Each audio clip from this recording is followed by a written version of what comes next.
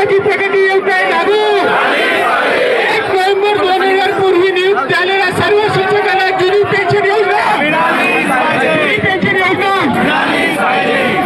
Online admission बंद online admission बंद online संच मान्यता बंद ऑनलाईन संच मान्यता बंद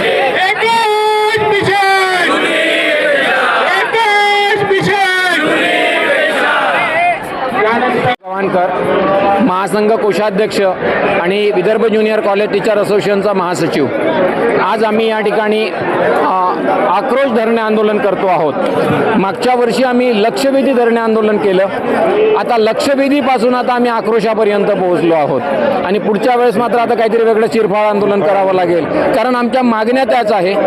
मान्य केलेल्या काही मागण्या आहेत, परंतु या मान्य केलेल्या मागण्यासुद्धा त्याचे शासनादेश काढल्या जात नाही, त्याचं दुर्दैव आहे। 1 नोव्हेंबर 2005च्या पूर्वी टप्पा अनुदानावर आणि विना अनुदानावर लागलेल्या लोकांना जुनी पेन्शन मिळावी। त्यानंतर टप्पा अनुदानावर काम करणारे लोक आहे त्यांना 100% घेऊन जाऊ प्रचलितचा GR असावा। 10-20-30च्या मागण्या ज्या आहेत, 10-20-30 आश्वासित प्रगती योजना जी आहे ती खरं तर आमच्या हक्काची आहे, परंतु शासनाने शासकीय कर्मचाऱ्यांना लागू केली, परंतु आम्हाला मात्र लागू केली नाही, जे ज्याचे हकदार आहेत। अशा विविध अडचणी आहेत। यावर्षी अनुदानित व्यवस्था संपवण्यासाठी पुन्हा एक चंग बांधला आणि तो चंग म्हणजे यावर्षीची संच मान्यता ही ऑनलाईन केली आणि ऑनलाईनमध्ये जे विद्यार्थी 20 वर्षापेक्षा वयाचे आहेत, जे आत्ताच पास झाले, खरं तर त्यांना ॲडमिशन घेण्याचा हक्क आहे, पण त्यांनाही त्या प्रवेशापासून वंचित केल्या जात आहे। म्हणजे ऑनलाईनवर प्रवेश दिला पण संच मान्यतेत मात्र ते विद्यार्थी घेतले नाही आणि त्यामुळे अनेक तुकड्या तुटतील आणि या तुकड्या तुटल्या तर हजारो शिक्षक महाराष्ट्राचे अतिरिक्त होतील। या अतिरिक्त शिक्षकांचा एक वेगळाच प्रश्न निर्माण होणार आहे। पहिल्यांदाच झालेले अतिरिक्त लोक अजूनही समायोजित झालेले नाहीत, नवीन पदं भरल्या जात नाही आणि शिक्षण व्यवस्था पूर्णपणे देशोधडीला लागलेली आहे, ही वस्तुस्थिती आहे।